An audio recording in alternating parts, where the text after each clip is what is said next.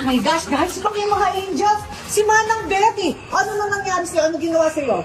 Wala pa po. Oh my gosh, look at Manang Betty. Ang ganda ng hair. Ayan, si Manang Betty. Okay, nag-enjoy ka ba? Guys, alam mo, nag-start na kayo. Hindi ko alam. Lot, sana kanina mo pa ako tinawag. Bakit di mo ako tinawag kaagad? Sabi po ni Sir Woman po, sa sipa niyo mong Ay, Inday. Maraming dumi pa. Ang daming ingrown.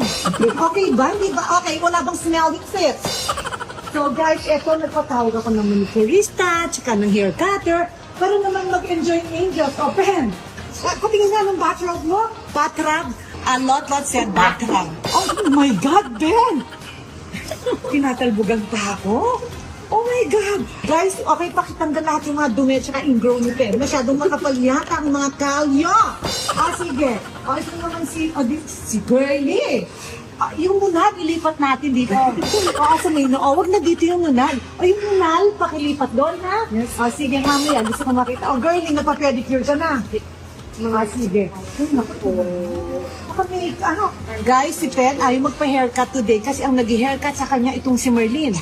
Mas gusto pa niya si Marlene than sa professional hair cutter. Pen, siguro din niya papagandahin niya si Pen, ha? Guys, iso-surprise ko sila. Ako na-surprise. Eto, na halfway na. Si Lotlot, hindi ako tinatawag.